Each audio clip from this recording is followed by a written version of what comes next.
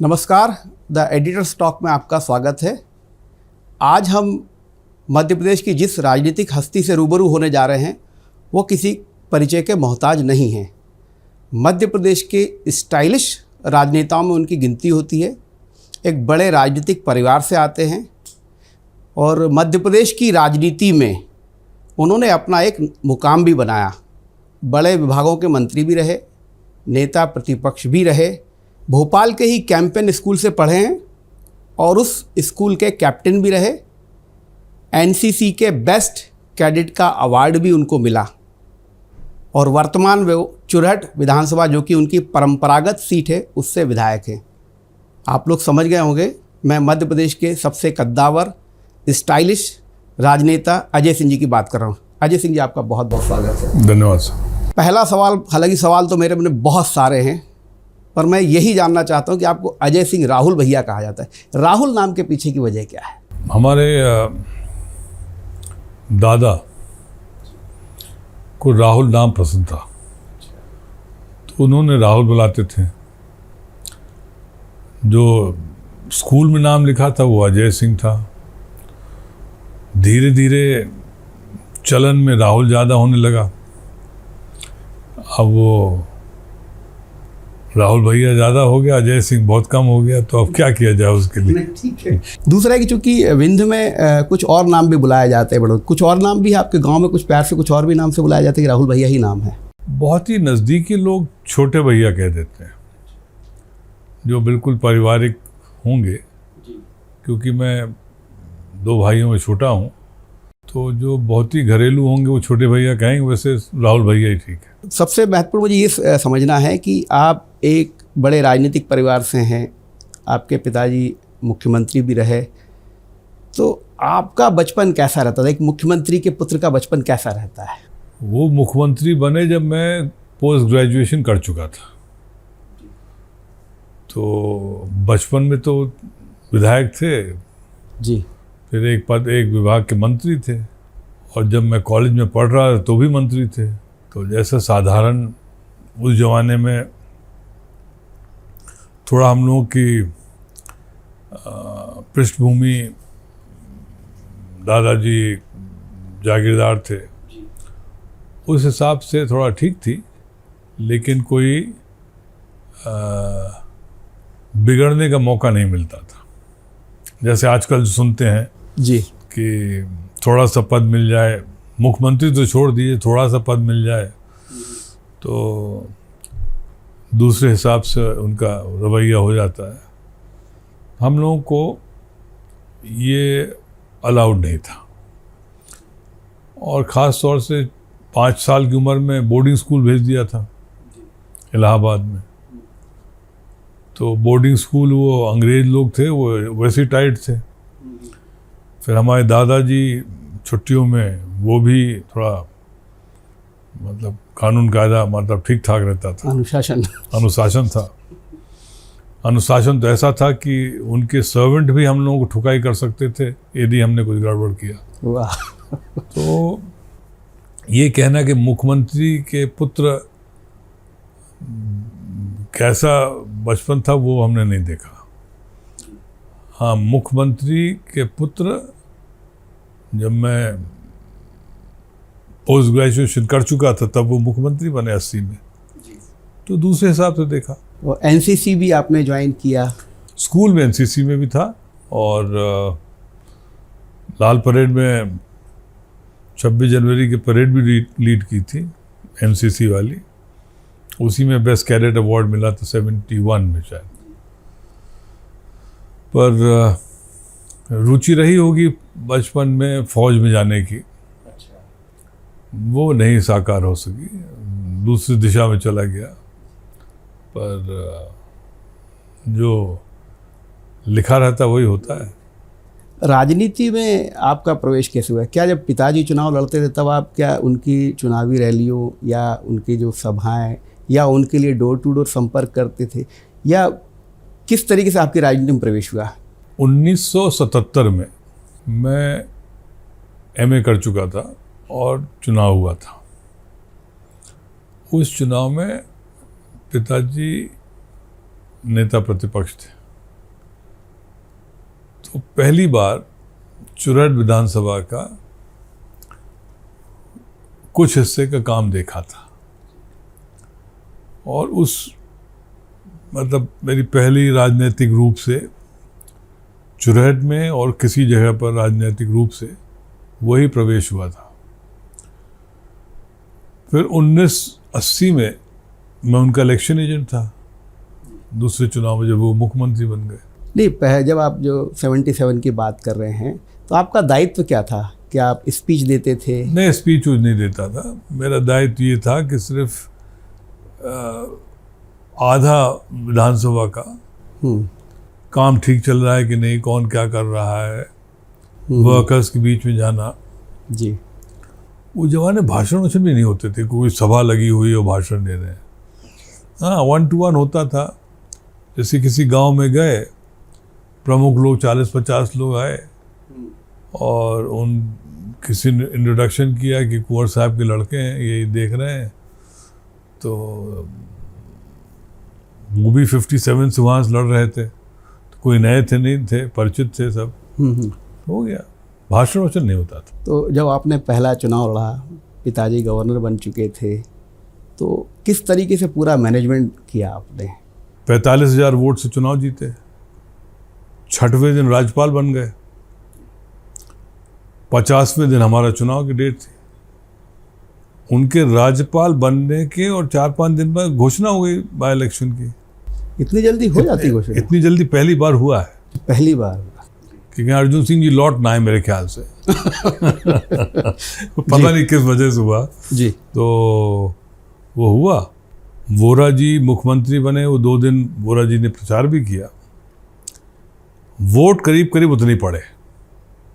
पिताजी जीते 45,000 से, मैं जीता 20,000 से। तो 25,000 वोट एक महीने में कैसे चले जाते हैं, ये आपको समझना चाहिए। उस समय लोगों ने वोट किया था कि भाई मुख्यमंत्री हैं, फिर से मुख्यमंत्री होंगे, उम्मीद के साथ। फिर देखा वो तो चले गए पंजाब, तो अब आने का सवाल नहीं उठता। तो इनसे क्या उम्मीद है? अपने आप वोट घट गया। एक बात जो सामने आती कि पहले जितने भी मुख्यमंत्री रहे, वो अपने क्षेत्र पर उतना फोकस ना करके पूरे प्रदेश उनके लिए महत्व रखता था। लेकिन वर्तमान राजनीति में हम देख रहे हैं कि मुख्यमंत्री जो भी रहे हों, वो अपने क्षेत्र को ज़्यादा प्राथमिकता देते हैं। तो ये जनता का मन परिवर्तन है या विधायकों के आत्मविश्वास में या नेताओं के आत्मविश्वास की कमी है? आत्मविश्वास की कमी है। क्योंकि आपके पिताजी के समय इतना चुरहट का विकास नहीं हुआ होगा। नहीं, चुनाव नहीं, विकास नहीं हुआ, बल्कि एक सभा में मुझे याद है जी, चुरहट बस स्टैंड में सभा राजमाता सिंधिया जी ने ली थी, और सिंधिया जी, राजमाता जी ने आरोप लगाया था कि आपका मुख्यमंत्री कैसा है कि अपने गांव का हाई स्कूल नहीं बनवाया। तो उसके 2 दिन बाद पिताजी के भाषण वहीं पर हुआ था। कहते मैं अपने गांव का हाई स्कूल नहीं बनवाता हूं, मैं मध्य प्रदेश के हाई स्कूल देखता हूं। दूसरा, आपके राजनीतिक परिवार के बारे में, चाहे पिताजी के बारे में कहें या आपके बारे में, साजिशों का बहुत सामना करना पड़ा है आपको। जैसा कि आपने खुद ही बताया कि मुख्यमंत्री के रूप में चुनाव लड़े, चुनाव जीते, और 6 दिन बाद आपके साथ भी लगातार ये हो रहा है। अब पता नहीं, कुछ ग्रह खराब होंगे और क्या होंगे पता नहीं, है तो कुछ है, कुछ तो बात है। दूसरा, एक मुख्यमंत्री जिस सीट को खाली करे और उसके सर्वे में यदि यह है कि वो सीट हार रहे हैं, ये आपको कितना सही लगता है? आपको समझना चाहिए उस एरिया का भाव, किसी एरिया का। उम्मीद के साथ एक बैकवर्ड एरिया के बाद व्यक्ति मुख्यमंत्री बने, 5 साल उन्होंने जो कुछ किया, बहुतों की भलाई की, क्षेत्र में तरक्की हुई, तो स्वाभाविक है उम्मीद बढ़ जाती है। अब साजिश के तहत या जहाए तहत या ज़रूरत के तहत या पार्टी की ज़रूरत थी, जो भी है, उनको हटाया गया, पंजाब भेजा गया। वो भी एक समस्या थी पंजाब की, वहाँ भेजा तो ठीक ही है, लेकिन जनता विश्वास नहीं कर रही थी कि पंजाब की समस्या को सुलझाने के लिए भेजा है। गांव का आदमी दूसरी तरह सोचता है। कि हमारे नेता निपटावा के भेजने नहीं। तो उस भावना से मामला दूसरी तरफ हो गया जी, कि टफ हो गया था इलेक्शन।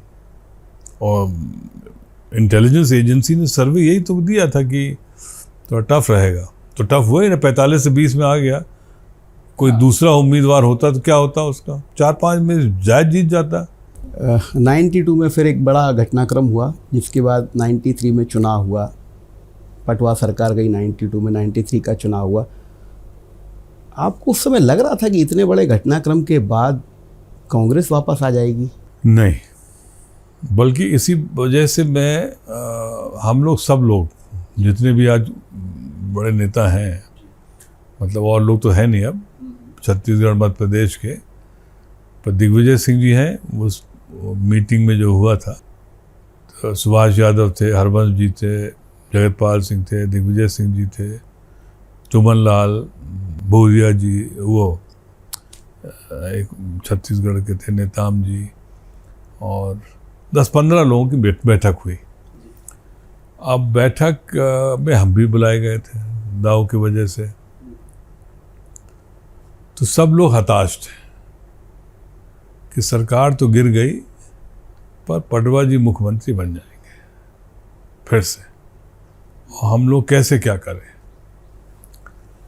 कम उम्र थी हमारी, और जो कहना नहीं चाहिए था वो मैंने कह दिया कि सुझाव दिया कि जो भारतीय जनता पार्टी के बड़े नेता हैं, जो संभाग में दौड़ा करते और 8-10 सीट गड़बड़ करते हैं, उनके खिलाफ कोई कांग्रेस का उम्मीदवार खड़ा किया जाए जो उनको केंद्रित रखे अपने विधानसभा में। तो एक दो लोगों ने कहा सुझाव तो अच्छा है, पर कौन लड़ेगा? बड़े नेता के खिलाफ कौन लड़ेगा? बीजेपी के। हाँ, तो हमने कहा कैलाश जोशी के खिलाफ महेश जोशी जी को लड़वा दी जाए। अच्छा, नाम भी आपने बोल हमने दिया? नाम भी दे दिया हमने। नेताम आप जी पूरी तैयारी से गए थे क्या मीटिंग में? नहीं, तैयारी से ऐसी अच्छा, कम उम्र थी, मतलब इस तरह बोलना नहीं चाहिए था मुझे, मेरे ख्याल से। हमने कहा नेताम जी के झुमक लाल भेड़िया जी को लड़ा दिया जाए, वो पोड़ते जी किसी और खिलाफ, इस तरह से 8-10 नाम लिए। बलीराम कश्यप खिलाफ कौन लड़ जाए, कहेंगे बड़ा अच्छा सुझाव हो जाए, पटवा जी खिलाफ कौन लड़ेगा? हमने कहा आप में से कोई नहीं लड़ेगा तो मैं लड़ लूँगा। ये उसी समय आपने बोल दिया था? वाह, समय बोल दिया। तो और तो कोई लड़ा नहीं किसी खिलाफ, मेरा नाम चला गया दिल्ली कि ये लड़ना चाहते हैं पटवा जी खिलाफ। तो नरसिम्हा राव जी प्रधानमंत्री थे, पिताजी केंद्रीय मंत्री थे, तो उनसे पूछा तो पिताजी ने कह दिया कि मैं नहीं जानता, वो लड़का जो जानता जो कहता हो वो जाने। तो मुझे बुलाया था नरसिम्हा राव जी, एक ही बार घर पे उन्होंने बुलाया मुझे और पूछा व्हाई डू यू वांट। तो मैंने साफ कहा कि विपक्ष में बैठने से अच्छा लड़ जाए, हार जीत तो अलग बात है, पर इनको तो मैं जाने नहीं दूंगा कहीं। घेराबंदी तो हो ही जाएगी। हाँ, कहते ठीक। हमने कहा आप उस समय का रिकॉर्ड चेक करो, पटवा जी 3 जगह जाते थे, 3 बार लड़ चुके थे वहाँ से, 3 जगह जाते थे, सुल्तानपुर, बाड़ी, और एक उनका कोई बहुत खास आदमी था सुल्तानपुर 12 गांव के पास, वहाँ पर हेलीकॉप्टर 3 जगह उतरते थे, सभा होती थी और चुनाव जीत जाते थे। गांव ने ये उनका पुराना ट्रेंड था। उनने गांव एक भी नहीं, गांव नहीं घूमते नहीं थे, सिर्फ 3 जगह सभा करके औपचारिकता हो जाती थी। मैं चुनाव जब लड़ा तो पटवा जी को छोड़ दीजिए, उनका पूरा खानदान आ गया था। अमेरिका में जो उनके भाई रहते थे वो भी आ गए थे।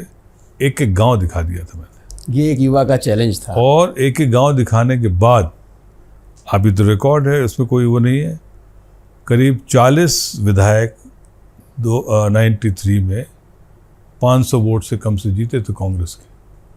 पटवा जी एक दिन दौड़ा कर लेते, 2 दिन मालवा में, तो कोई विधायक नहीं जीतते।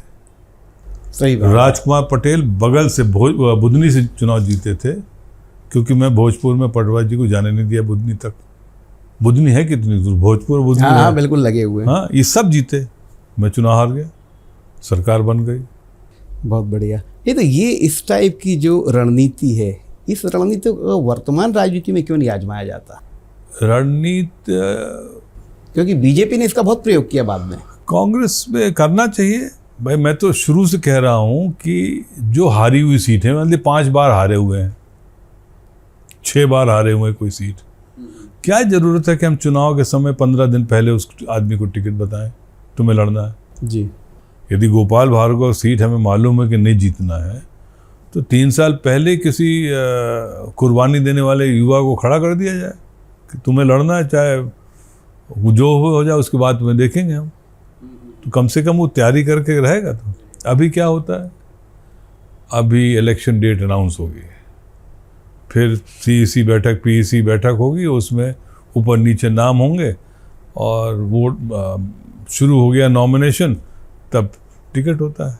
कई मरतबा तो लास्ट तक आखिरी वही कह रहा में। आखिरी वक्त। आज की तारीख में कांग्रेस नहीं कर सकती इस तरह से। 230 सीटें हैं मेरे हिसाब से, 230 सीटों में 100 सीटों पर अभी से हमें तय कर देना चाहिए, चाहे घोषणा ना करें, तय कर देना चाहिए फलाना है भैया, आपको इस सीट से चुनाव तैयारी कर लो। लेकिन मैं उसी बात पे आऊँगा, जब ये जो आप चुनाव लड़े पटवा जी के खिलाफ और जो परिणाम जो आए कि भी कांग्रेस के बहुत सारे विधायक मामूली अंतर से जीत पाए, ये एनालिसिस क्या पार्टी ने भी महसूस किया और उसका अंत में आपके लिए इनाम क्या था? एनालिसिस करने की आवश्यकता नहीं थी, analysis pure as daylight था, लेकिन पार्टी ने हमें इनाम तो छोड़ दीजिए, पूछा तक नहीं। दिग्विजय सिंह जी मुख्यमंत्री बने थे, वैसे तो हमारे रिश्तेदार हैं जी, मैं तो साफ कहता हूँ, पर हमें पूछा नहीं कि भाई आप तुम क्या करना चाहते हो, तुम कौन सा पद लेना चाहते हो। इतने चेयरमैन बने कि हमें भी बना देते कुछ। हाँ, क्योंकि एक सीट में आपने जिस बड़े नेता को रोका, उसके कल कई सीटें जीत रही पार्टी, तो ये तो एक्सचेंज बहुत बड़ा है ना, उसमें तो इनाम मिलना ही चाहिए। दूसरी बात है, उसके बाद क्या हुआ? फिर आपको क्या लग रहा था कि अब चुनाव भी हार गए, किसी तरीके का इनाम भी नहीं है, कोई पूछ भी नहीं रहा? 5 साल आराम किया, काम धंधा लगाए, हमारी फैक्ट्री थे, उसी में काम चलता रहा। फिर आपको लग रहा था कि अगले चुनाव में फिर टिकट मिलेगा? अगले चुनाव में टिकट मिला ही, लड़ा भी नहीं, आपको लग रहा था कि जिस तरीके का पार्टी का माहौल है, ना पूछताछ हो रही है? नहीं, वो टिकट तो मिलेगा ही, उसमें कोई दो राय नहीं थी जी। और हमने तो कह दिया था भाई अब की हम इधर उधर नहीं जाएंगे, अपने क्षेत्र से लड़ेंगे।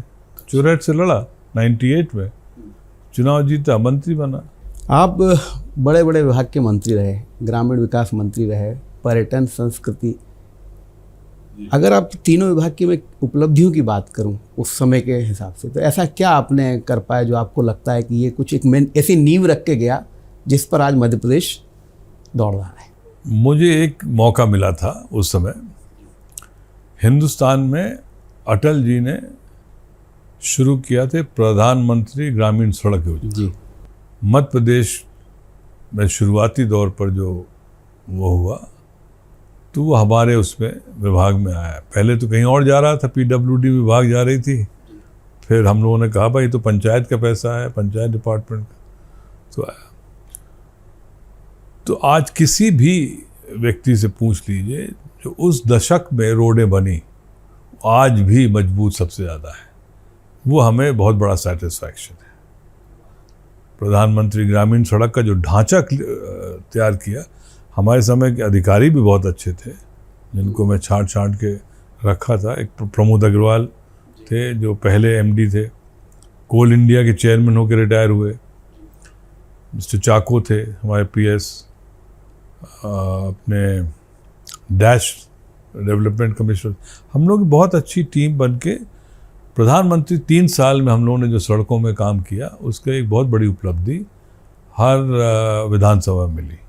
चूँकि आप मंत्री तो थे ही, 3 विभाग आप देख रहे थे, क्या आपके पिताजी के कारण भी दिल्ली में आपको सेंट्रल मिनिस्टर्स जो थे बीजेपी के, वो महत्व मिलता था कि आपके खुद भी जो है डायरेक्ट अप्रोच? नहीं, पिताजी का कोई उसमें रोल नहीं था, पिताजी का रोल नहीं था। मैं संजय गांधी के साथ ही हूँ।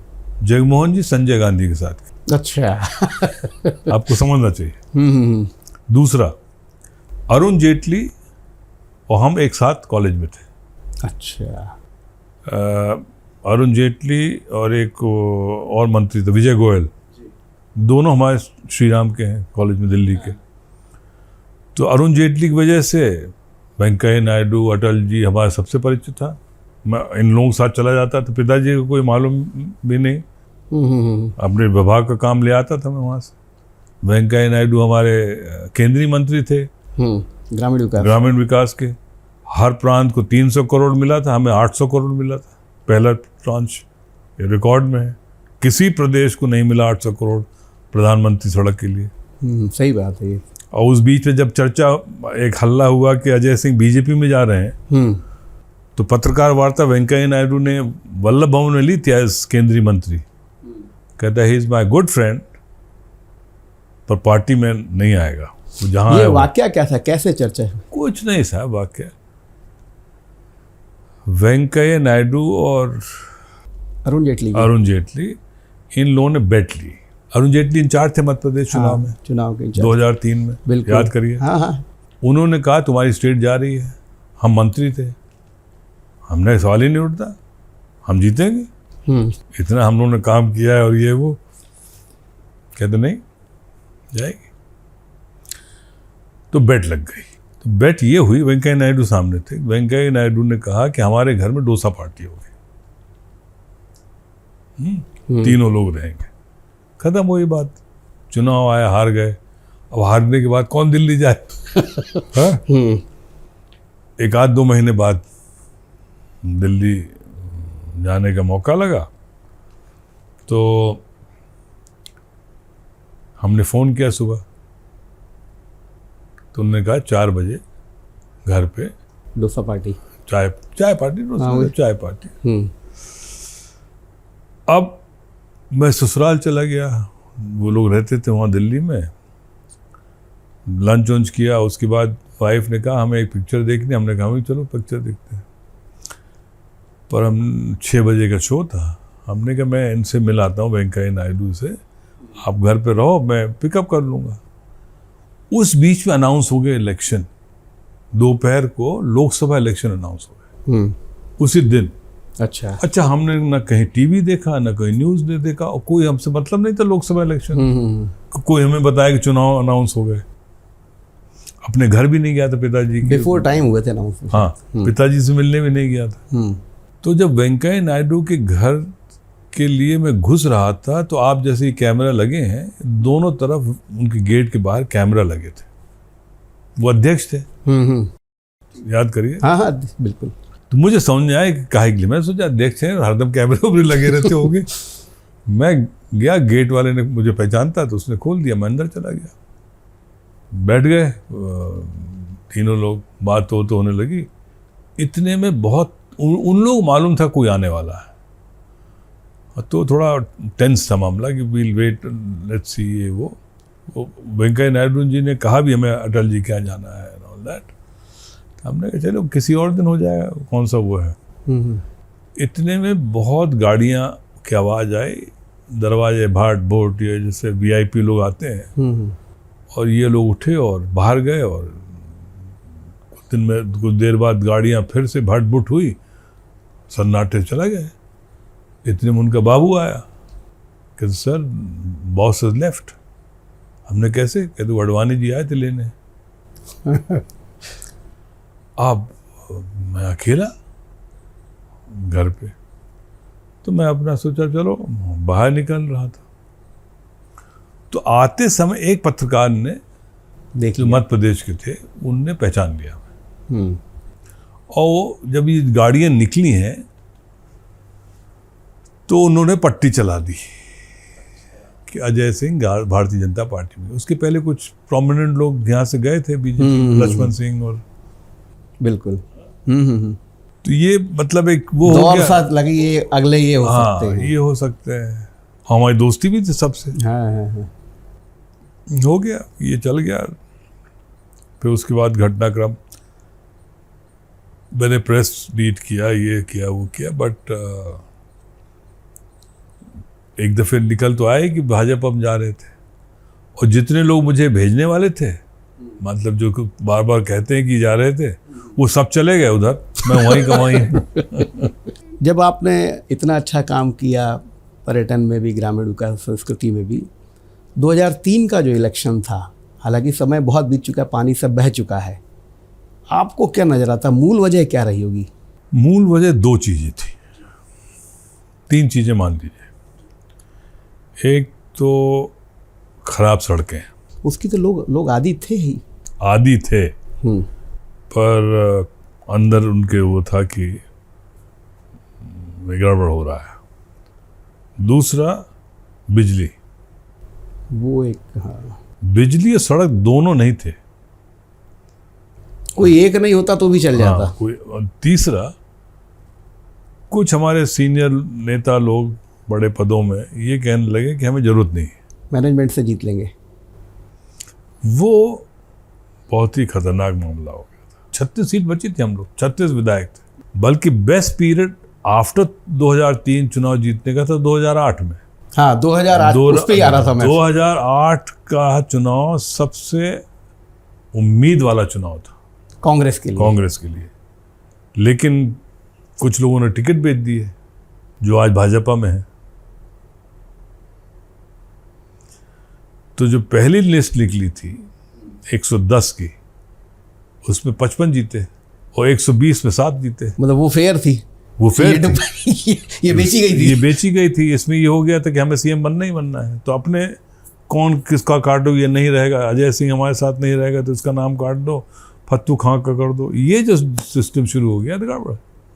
मैं तो आज भी कहता हूँ कांग्रेस के पास उम्मीदवार हैं, कांग्रेस जीत सकती है यदि हम एक चीज छोड़ दें कि मेरा तेरा, निष्पक्ष रहो ना आप।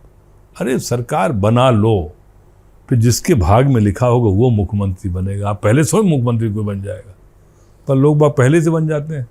2013 के चुनाव में, उस समय जैसे आपने कहा कि 2008 जो है कांग्रेस के लिए बड़ा उम्मीदों वाला चुनाव था, और उस चुनाव को क्यों हार गए ये रीज़न भी लगभग बताते हैं लोग। 2013 में क्या शिवराज अपने पैर जमा चुके थे? बीजेपी पैर जमा चुकी थी। बीजेपी पैर जमा चुकी थी, और 8 में बीजेपी के पैर नहीं था कुछ, क्योंकि उमा भारती जा चुकी थी। उमा भारती, बाबूलाल गौड़, फिर शिवराज। और मैं तो लोकसभा जीता वहाँ पर उसी बीच में 2006 में, बिल्कुल सीधी में बीजेपी से सीट वापस ली थी जी। शिवराज सिंह जी ने 25 मंत्री लगाए थे, तब भी हम पाए थे। तो 8 वॉज द बेस्ट टाइम, और फिर 18। तो फिर 13 को आप कैसा देखते थे? 13 मिसमैच था। एक बात जो बहुत 13 के बाद आप और अरुण यादव की एक जोड़ी बनी थी, और मुझे लगता है, मेरा भी जो आकलन था कि आप दोनों बहुत अच्छे तरीके से मध्य प्रदेश को नाप रहे थे। 2018 में जब आप पूरी नपती मध्य प्रदेश की कर चुके थे, बहुत अच्छी फील्डिंग जमा चुके थे, यदि नेतृत्व परिवर्तन नहीं होता 2018 में आपकी पार्टी में, प्रदेश में, तो ज़्यादा बेहतर होते या नेतृत्व परिवर्तन से? पुरानी उसमें क्या जाए कि नेतृत्व परिवर्तन होता नहीं होता, वो तो हो गया। नहीं, आपको क्या लगता है, परफॉर्मेंस और बेहतर होता कि नहीं? हो भी सकता था, लेकिन उससे परफॉर्मेंस बेहतर होता नहीं होता ये अलग बात है। सरकार गिरी किन कारणों से, वो अलग कारण है। नहीं, उस पर भी आऊँगा। नहीं, वो तो दूसरा है। पहले तो ये कि तो सरकार आपकी बनी ही लंगड़ी, बन जाती, इसमें कोई दो राय नहीं थे। 116 होते या 125 होते, 130 होते, ये तो होते, पर गिरी क्यों? तो ये बड़े नेताओं के बीच टकराव हुआ क्यों इतना कि इस तरीके की स्थिति बनी? अब ये तो वही लोग बताएंगे, इतना ईगो क्यों पालते हैं लोग बाग। आपके साथ भी एक घटनाक्रम हुआ था जब आप नेता प्रतिपक्ष थे और सदन में एक बड़ा मामला आप उठाए हुए थे, और रातों रात आपके नेता छोड़ के चले गए। रातों रात नहीं, मतलब आपके उस पीरियड में जो है, रातों रात नहीं गए थे। हाँ, रातों रात नहीं गए थे, पर उस पीरियड में जो है आपको बड़ा झटका लगा था। नहीं, हमें झटका क्या लगा, पार्टी को झटका लगा। मैं तो अविश्वास प्रस्ताव ला रहा था। हाँ, उसके और जिनको जवाबदारी दी थी कि सपोर्ट करने की। आपको एहसास था कि ये कुछ हो रहा है, बीजेपी कुछ ऐसा बन रही है, ऐसा आपको कब पता चला था? जब वो खड़े होके कहने लगे कि हम नहीं दे रहे साथ। अब जो है 2023 की बात करें, 28 की बात, 28 की बात करो। पहले 23 में फिर क्यों नहीं आ पाए? 2018 में आपकी पार्टी की सरकार बनती है, सरकार गिर जाती है, 2023 का चुनाव होता है। 23 के चुनाव हमें आज तक नहीं समझ में आया। पूरी मीडिया कह रही थी कि कांग्रेस की सरकार बनेगी, आम आदमी कह रहा था कि कांग्रेस की सरकार बनेगी। क्यों नहीं बनी, कौन सा खेल हुआ नहीं हुआ, ये तो अब कोई विशेषज्ञ होगा उसके उसी को पता लगा सकता, हम लोग तो नहीं कर सकते। दूसरा ये कि जातिगत राजनीति, खासकर विंध्य में जो है ब्राह्मण ठाकुर, और ये कभी खात्मा हो पाएगा? ये इसका अंत है या ये चलता रहेगा? ये देखिए, एक चीज़ मैं आपको बताऊं, ये जो विंध्य बदनाम है कि ठाकुर ब्राह्मण के आपस के वो है, ये गलत है। कुछ पॉकेट्स में सब जगह है, ग्वालियर चंबल में भी यही है, पर नाम ऊपर विंध्य का ही लिया जाता पहले। विंध्य, मैंने कहा ना, पृष्ठभूमि में विंध्य रहा होगा, ये नहीं कहते। आज की तारीख में वहाँ पर इस तरह की बातें नहीं है। यदि ठाकुर और ब्राह्मण की वजह से इतना कटुता होती तो मैं विधायक कभी नहीं बन सकता हूँ चुरैठ से। भोपाल में बैठ के लोग बाग सोचते होंगे कि ठाकुर बाहुल्य क्षेत्र है। मेरे यहाँ 12,000 ठाकुर हैं, 50,000 ब्राह्मण। तो मैं तो पंडितों की वजह से चुनाव जीतता हूँ। काहे की लड़ाई? जो बात है अगर ये है तो फिर 2018 का महत्वपूर्ण चुनाव जब सरकार बनी तब आप चुनाव हार गए थे। 2018 में चुनाव हारा अपनी बेवकूफ़ी से। 7 बार चुनाव लड़े, 7 बार के चुनाव का कमलनाथ ने, वो बात नहीं। कमलनाथ जी ने हमसे कहा कि मैं प्रदेश में बहुत ज़्यादा वाकिफ़ नहीं हूँ, तो you have to be with me for the entire duration. तो आप नॉमिनेशन भराओ, फिर हमारे साथ रहो जी। नॉमिनेशन भरने गया, पूरे क्षेत्र के वर्कर्स को बुलाया, 6-7 हज़ार वर्कर्स की भीड़ में मैंने कहा भाई सरकार बनानी है कि मैं आपका विधायक बनूं। सब ने हाथ उठाया कि सब सरकार बनाइए, आप जाओ, यहाँ क्या कर रहे हो, यहाँ कौन हराएगा आपको। तो मैं वोटिंग के एक दिन पहले पहुँचा था वापस, पूरे चुनाव में गायब था। मेरा परिवार का कोई सदस्य नहीं, जो मेरे न रहते हुए पर ये बीवी या बच्चे जैसे होते हैं, वो कोई नहीं है राजनीति में। वोट डाल दें बहुत बड़ी बात है। विदेश में थे तो बच्चे लोग आए ही नहीं थे एक चुनाव में। 18 में 2 थे, 3 में से वाइफ वोट डाला था। यदि मैं चुनाव में 5 दिन भी अपने क्षेत्र में रहता तो कहीं से चुनाव नहीं आता। 4-5 हज़ार कोई वोट होते हैं हारने का। अगर मैं सीधी भाषा में कहूँ तो कमलनाथ के कारण आप चुनाव हार गए। अब मैं किसको किसकी भाषा में कहूँ, किसने हरवा दिया, ये तो वो जाने। वैसे आपका राजनीतिक अनुभव क्या कहता है, चुनाव जीता कैसे जाता है? एक दिन के काम से नहीं जीता जाता,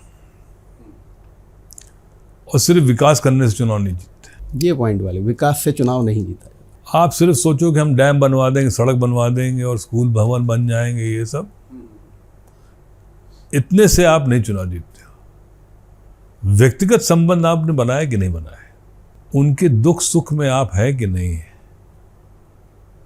गरीब की आवश्यकता आप पूरी कर रहे हो, ना करो तो सहानुभूति दिखाओगे कि नहीं दिखाओगे। मल्टी फैक्टर है चुनाव, मल्टी फैक्टर है। और मैं उसमें अब आगे चल के एक रिसर्च करके आपको किताब, अरे बहुत बहुत अच्छा क्योंकि जितने चुनाव मैंने लड़े हैं वो लड़वाए भी हैं, उतने मध्य प्रदेश किसी ने नहीं किए। बिल्कुल।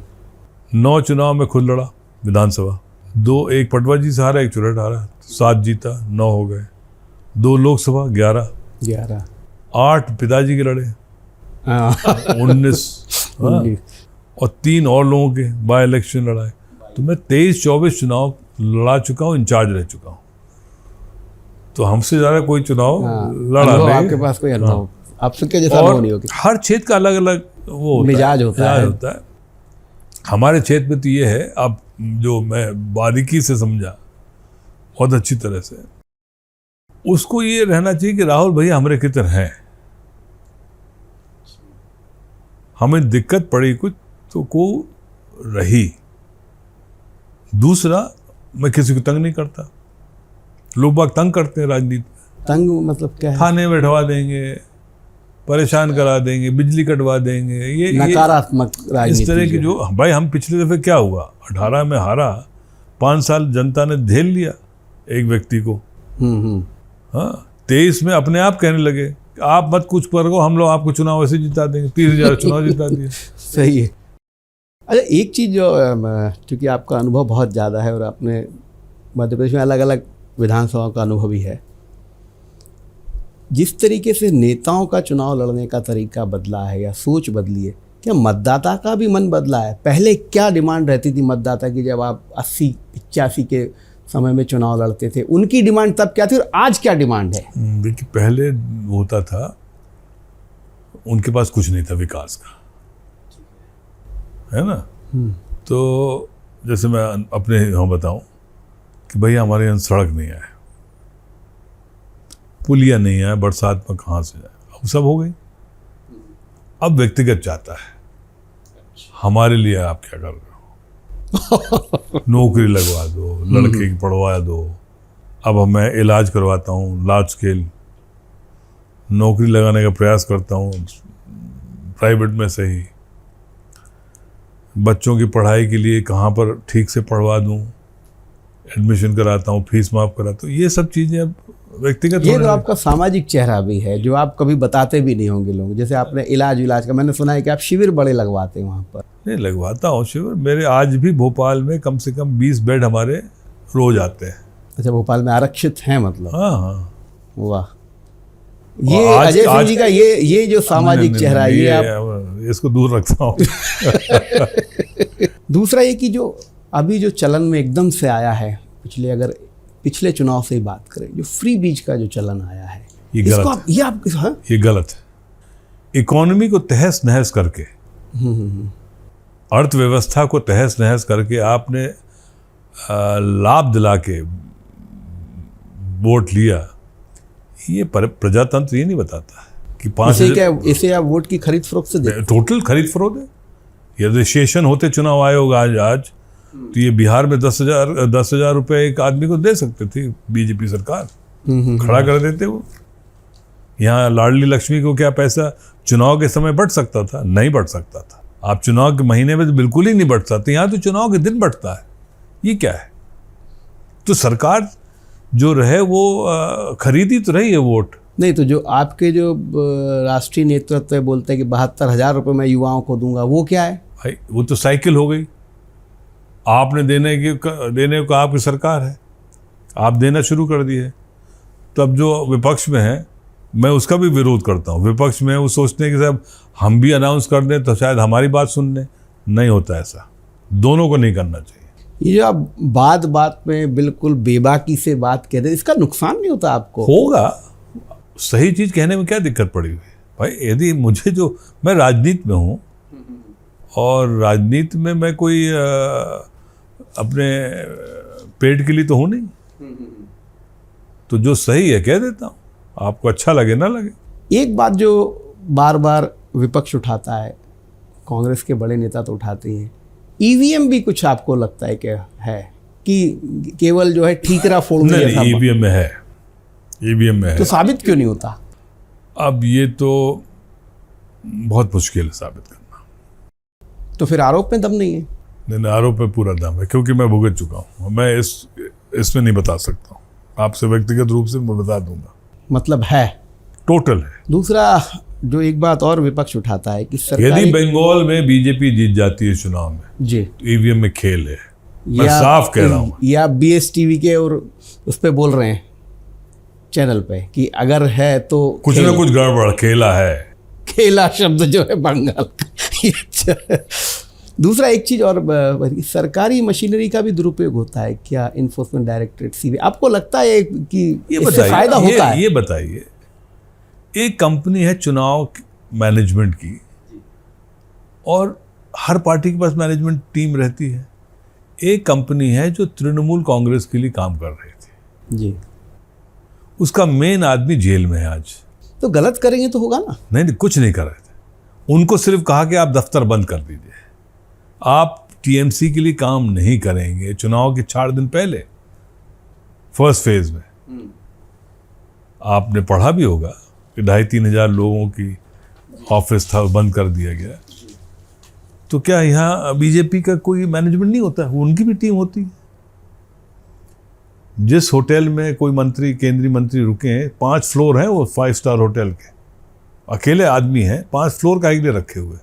यदि 2028 का चुनाव, उसको आप और आज के हालात कहाँ पर देख रहे हैं कांग्रेस को? पहले मैक्रो देखिए। परसेंटेज ऑफ वोट कांग्रेस और बीजेपी में बहुत कम अंतर है, 40s में दोनों का है, 3-4% आगे पीछे हो जाता है। उसको ब्रेक डाउन करिए कि कहाँ पर आप प्लस है, कहाँ पर माइनस है।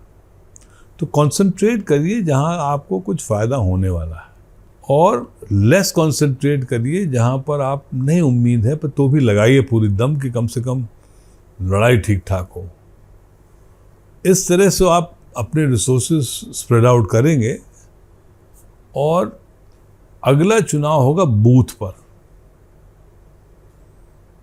यदि आपकी बूथ लेवल में वर्कर सही है, कमेटियाँ अच्छी हैं, मजबूत हैं, in tune with the candidate हैं, तो उसका असर पड़ेगा।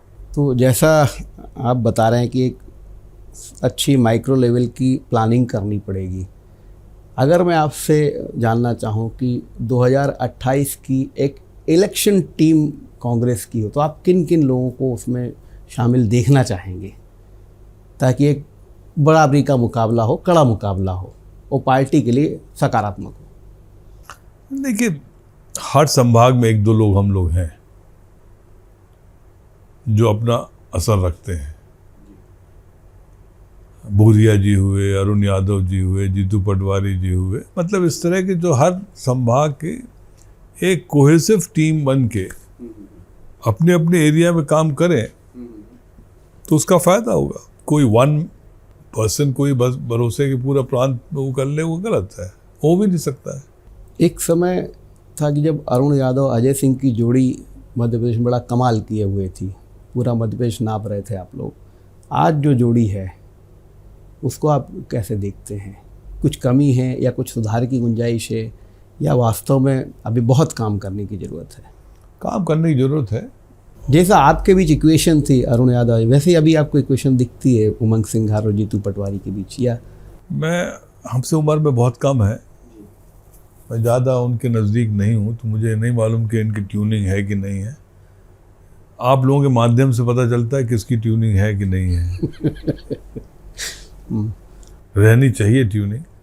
28 के चुनाव में कमलनाथ दिग्विजय सिंह की कितनी मौजूदगी फ़ायदा देगी? क्या उनका रोल होना चाहिए? पार्टी तय करेगी कि नहीं, आपके हिसाब से वर्तमान राजनीतिक हालात में वो लोग क्या मजबूत कर पाएंगे? आपको क्या दिखता है? देखिए, हर आदमी कुछ ना कुछ अपना योगदान दे सकता है। चाहे कमलनाथ जी स्वास्थ्य उनका ठीक नहीं है, पर तो भी अपना योगदान दे सकते हैं। और दिग्विजय सिंह जी तो पूरे प्रांत में अनेक बार घूम चुके हैं, तो उनका अनुभव अपनी जगह पर है। ऐसे सभी लोग हैं। एक बात और कि आपके साथ के, या आपने जितने भी आपके समकक्ष नेता, बल्कि आपके द्वारा जो नेता बनाए गए हैं युवा, जिनको आपने राजनीति का ककहरा सिखाया और वो नेता बने, विधायक बने, वो फिर छोड़ के क्यों चले जाते हैं? क्यों अजय सिंह जी से इतना वो हो जाता है विरोध? दूसरे खेमे में चले जाते हैं? नहीं, इक्का दुक्का कोई गए होंगे तो गए होंगे, वैसे ज़्यादा तो कोई जाता नहीं। विंध्य के 2-3 नाम ऐसे हैं जो महत्वाकांक्षा है, अपनी लकीर ज़्यादा लंबी करना चाहते हैं, शायद चले जाते हैं। वैसे मुझे क्या हो।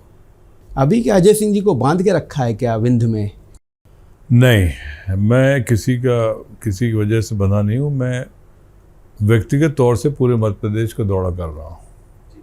पार्टी ने मुझे नहीं कहा, मैं खुद ही सोच के अपने हिसाब से ग्वालियर चंबल कर चुका हूँ, बुंदेलखंड कर चुका हूँ, शहडोल संभाग कर चुका हूँ, और अगले हफ्ते महाकौशल करूँगा। और जून के अंत तक कम से कम कोशिश ये है कि पूरे प्रांत में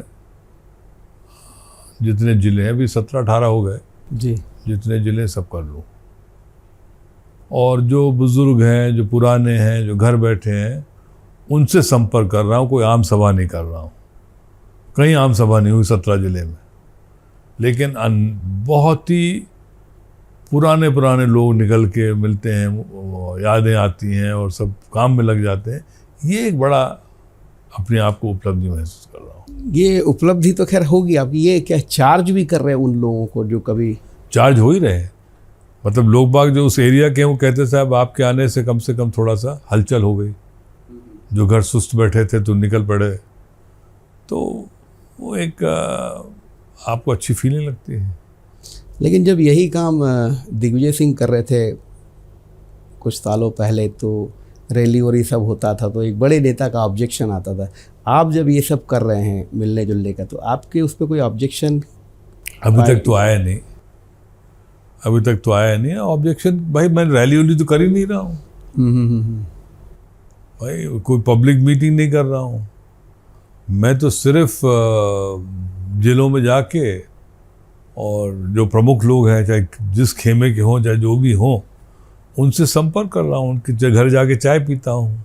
तो ये 17-18 जिले जो आपने नापे हैं, इनसे आपको क्या जीस्ट निकल रहा है, क्या आपको समझ में आ रहा है? जीस्ट ये निकली कि कांग्रेस अभी भी मजबूत है ग्रामीण अंचल में, और सही काम हो जाए तो अच्छी तरह सरकार बनाने के लायक हो जाएंगे।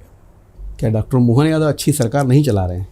मोहन यादव जी रहना चाहिए उनको 28 तक। ये कांग्रेस के हित के लिए बोल रहे हैं आप? नहीं, मोहन यादव जी इतना अच्छा काम कर रहे हैं, उनको 28 तक बिल्कुल रहना चाहिए। अच्छा, हेमंत कटारे वाले घटनाक्रम क्या था? कौन सी घटना? जो उमंग सिंघार के सदन में युवा लोग हैं, कुछ ऊपर नीचे हो गई होगी बात, मुझे नहीं मालूम। आपसे संपर्क भी नहीं हुआ, आपने पूछा भी नहीं? नहीं, हमने पूछा। मैंने कहा ना, इतने एज डिफरेंस है कि सारी चीज़ पूछने में थोड़ा दिक्कत रहती है। आपने देखा होगा, इसलिए मैं युवा लोगों को आगे करे रहता हूँ, भाई अपना करो, हम तो कर चुके हैं सब। अजय सिंह जी की महत्वाकांक्षा क्या है फिर अब? एक है, कांग्रेस पार्टी की सरकार बनाना, संकल्प है मेरा। ये भी 2028 का ही है? 2028 का ही है। उसके बाद कौन देखा, मैं 80 में सरकार बनवाऊंगा। अच्छा, अजय सिंह जी के बारे में ये भी कहा जाता है कि आपको गाड़ी चलाने का बहुत शौक। ये क्या शौक लगा कैसे? जनरली नेता लोग गाड़ी खुद नहीं चलाते, आप? नहीं, मैं आप रोज़ नहीं चलाता हूँ यहाँ पर हाँ चलाता हूँ। और हमारे बुज़ुर्ग कहते थे कि पुरानी कहावत है घुड़सवारी की, कि जब तक घोड़े में चल सकते हो तब तक ठीक ठाक रहोगे। तो घोड़ा नहीं, आजकल गाड़ी है, तो गाड़ी उस कहावत को आप गाड़ी पर भी लागू किए हुए। भाई आप फिटनेस रहेगा ना उससे। क्या राजनीति में से कुछ समय फ्री निकल पाता है अजय सिंह के लिए? तो हाँ, मैं संडे को बिल्कुल फ्री रहता हूँ। तो क्या शौक रहते हैं आपके संडे के? संडे को शौक ये है कि सुकून से परिवार के साथ, जो भी परिवार के सदस्य हैं यहाँ रहें, उनके साथ चाय गपशप। और मुझे जंगल घूमने का बड़ा शौक़ है, तो जब भी मौका मिलता है तो चला जाता हूँ। किताब पढ़ने का तो अपने घर में किताब, और कोई शौक़ है नहीं मेरे। तो फिल्में देखने का भी शौक़ है? फिल्म देखने का शौक़ है, और अंग्रेज़ी फिल्मों का ज़्यादा शौक़ है। हफ्ते में जब रहता हूँ तो 1-2 दिन देख लेता हूँ। हिंदी फिल्मों से ज़्यादा? हिंदी फिल्मों, पुरानी हिंदी फिल्में अच्छी लगती थी, आजकल की नई जो है ये समझ नहीं आता। क्या फिल्में भी नैरेटिव सेट करती हैं? जैसे धुरंधर आई है, केरला फाइल्स आई, फिर कश्मीर फाइल्स आई, आपका क्या ऑब्जर्वेशन? ये तो सब पॉलिटिकली स्पॉन्सर्ड मूवीज़ हैं, इसमें क्या है, सेटअप क्या है? अब यदि एक कोई पार्टी खड़ा कर रही मूवी, तो फिर अब आप सोचिए क्या हो रहा है। नहीं, तो ये जब मूवी आती है, मैं देखता ही नहीं, तो मुझे नहीं, एक माहौल बनता, माहौल तो आप देखते हो कि उसको लेकर, तो इसका क्या कन्वर्ट होता है? वो नहीं, ज़्यादा नहीं होता, थोड़े दिन के लिए इसका बातचीत रहती है। अल्टीमेटली वोट बेसिक में आ जाता है, आखिरी में कोई धुरंधर पर नहीं आता, ना कोई कश्मीर फाइल में आता है, वो बेसिक में आ जाता है। भैया कौन खड़ा है, क्या हो रहा, हमारे लिए क्या है, ये आदमी ठीक है कि नहीं। इसीलिए मैं कहता हूँ कि बंगाल में ममता बनर्जी चुनाव जीते। आगे इस परिवार की विरासत कौन संभालेगा, किसको देख रहे हैं आप राजनीति में? ये तो समय बताएगा। तीसरी पीढ़ी हमारी है, हमें क्यों नहीं मालूम था राजनीति में आ जाएंगे। तो आज मैं कह दूं कोई नहीं है, ये तो गलत है। ऊपर वाला जो चाहेगा वो होगा। दूसरा, आपके जो पुत्र हैं फिल्म इंडस्ट्री में हैं, ये फैसला उनका था या आपकी भी सहमति थी, या आपने उनको राजनीति में आने के लिए कभी बोला? नहीं, देखिए, हम लोगों के परिवार में न हमारे पिताजी ने हमसे कभी कहा राजनीति में आने को, और न मैंने कोई बच्चों से कहा कि आपको क्या करना है। उसने कहा मुझे फिल्म जाना है। बहुत कम लोगों को मालूम है, उसको फुल स्कॉलरशिप मिली थी ब्रांडाइस यूनिवर्सिटी अमेरिका में, कंप्यूटर साइंस। ओह। तो कंप्यूटर साइंस पढ़ के वो एक्टर बन गए बम्बई में। तो किसने कहा? अपने आप उसने सोचा। हमारी एक डॉटर इकोनॉमिक्स मेजर किया उसने इंग्लैंड से, अब वो फोटोग्राफर है। तो जिसकी जो रुचि है वो कर रहा है। मेरा जो ये प्रोग्राम है इसका आखिरी सेगमेंट है और उसमें मैं नेताओं के नाम लेता हूँ। मैं आपसे आग्रह करूँगा कि उनका एक लाइन में आप बताएं कि उन नेता की खूबी खामी क्या है, उनको कैसे आप वर्णित करेंगे? जिनसे परिचित होंगे उनके बारे में बता दूंगा, जो परिचित नहीं रहूँगा उनके बारे में नहीं कहूँगा। राहुल गांधी नेक इंसान है। प्रियंका गांधी राजनीतिक सूझबूझ है। नरेंद्र मोदी बहुत कलाकार है। पूर्व मुख्यमंत्री कमलनाथ उद्योग लगाने के लिए उनसे बेहतर आदमी कोई नहीं। पूर्व मुख्यमंत्री दिग्विजय सिंह किस तरह से सोशल इंजीनियरिंग करे उनसे सीखे। उमा भारती तेज तर्राट, बड़े फिक्र, कब बदल जाए कुछ समझ नहीं आता। दो संतों के भी नाम मुझे लगता है आपसे, क्योंकि आप बहुत अच्छे से वर्णित कर रहे हैं। बागेश्वर धाम धीरेन्द्र शास्त्री। मैं जब शुरू में मिला था, जब कोई नहीं जानता था उनको, और उनकी पहली कथा भी पज्जन भाई के यहाँ हुई थी, तो भी मैं गया था।